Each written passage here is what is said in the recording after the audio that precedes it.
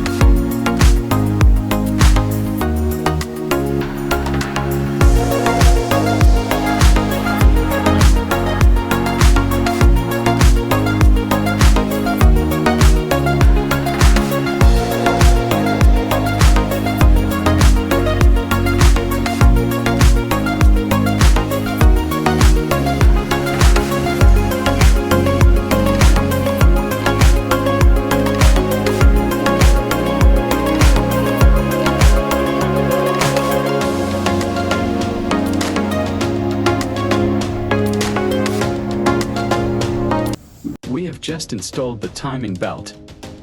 Now you guys see the timing marks. Camshaft pulley, crankshaft pulley, fuel pump pulley, how to adjust their marks. This is the mark of the camshaft.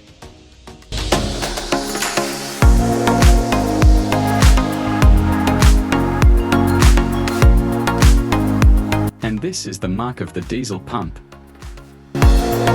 Dante will keep the advance. This happens according to the pump. Our diesel pump is giving one no injector diesel at this place. You can keep your own, and this is the mark of the crankshaft pulley. Thank you for doing it.